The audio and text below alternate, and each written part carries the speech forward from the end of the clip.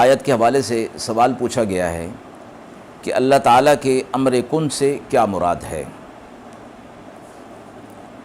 اللہ تبارک و تعالیٰ جب کسی چیز کو پیدا کرنے کا ارادہ فرماتے ہیں تو اس کے لیے کسی قسم کی، کسی مواد کی اور کسی قسم کی مزدور کی، مواد کی جمع کرنے کی، کاریگروں کو بلانے کی ضرورت نہیں ہوتی، بلکہ اللہ تبارک و تعالیٰ کا حکم دینا ہی کافی ہو جاتا ہے، اور وہ کہتا ہے کہ ہو جا تو وہ ہو جاتی ہے۔ یعنی اللہ تبارک و تعالیٰ کا امر کن اس چیز کے وجود میں آنے کے لیے کافی ہو جاتا ہے۔ اس کے لیے کسی قسم کی، کسی اور اسباب کی پیدا ہونے کی ضرورت نہیں ہوتی۔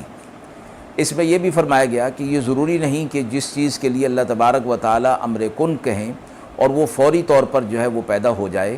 جس چیز کے فوری پیدا ہونے کا حکم ہوگا وہ فوری پیدا ہوگی، اور جو چیز بتدریج پیدا ہوگی، درجہ بدرجہ ہوگی، وہ اسی طرح پیدا ہوگی۔ تو فرمایا کہ اللہ تبارک و تعالیٰ کا جب ابتدا میں امر کن ہے تو وہ چاہے فوری طور پر پیدا ہو یا تدریجاً پیدا ہو، تب بھی اللہ تبارک و تعالیٰ کا امر کن ہی اس کے اندر موجود ہوگا۔ وآخر دعوانا ان الحمد للہ رب العالمین۔